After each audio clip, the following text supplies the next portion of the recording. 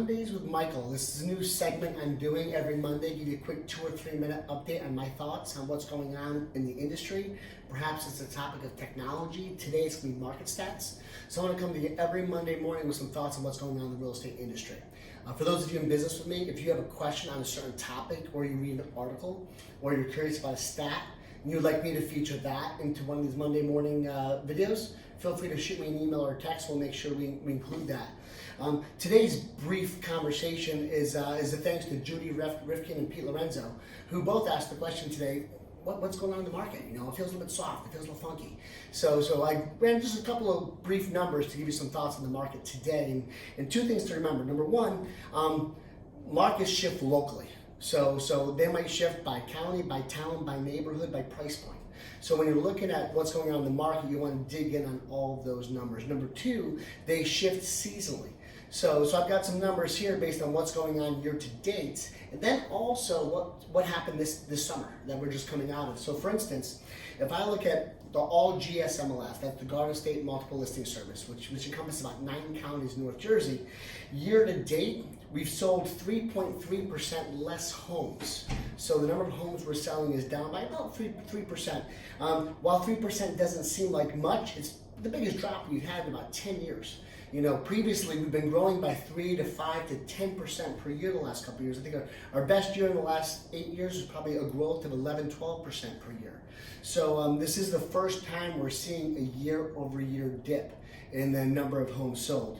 Then when I break that down deeper into Morris County year to date is seeing a 5.6% drop in homes sold. So again, selling 5.6% less homes this year versus last year, putting that into numbers, that's about it's about a difference of 1,200 families moving in and out of the county. So 1,200 out of about 5,000 when you look at both sides of the transaction. And then go a little bit more local and nearby from a standpoint of timing. Let's look at this summer, because people said this summer was weird, this summer was funky. So if the summer felt weird, it's because we had less closings happening because of the fact we're down by 3% and 7% respectively. However, when you look at the written activity this summer, the written activity actually bumped a little bit.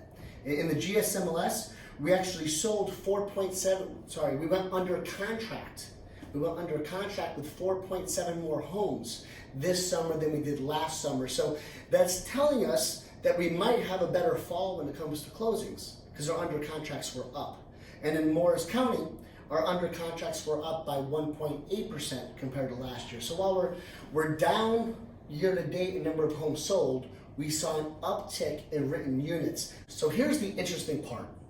While we're seeing an uptick in under contracts this summer by 1.8% in Morris County and 4.7% in the MLS, we're also in a market where we'll have more fall throughs. So only about 75% of our under contracts will see closing table, which means 25% of the contracts we write will fall apart, either because of appraisal issues or home inspection issues. Those are the two most popular reasons right now. So while we're thinking we might see a better fall, we're not gonna know until we get there based on what percentage of these homes sell.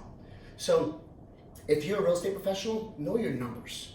Know your closed units in volume this year versus last year, your listings taken units this year versus last year, and your under contracts this year versus last year.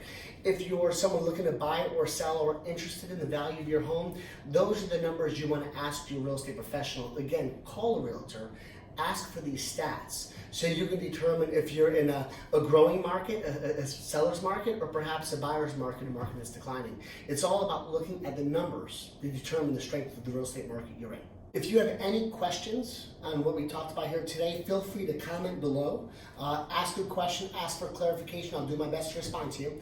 And if you have questions on the industry, technology, or market stats that you would like me to address in future weeks, feel free to email me or text me, michaelbrand@kw.com, or text me at 908-625-5807, and I'll do my best to include as many of those requests as I can in future videos. Look forward to seeing you again next week, Mondays with Michael. Have a great week.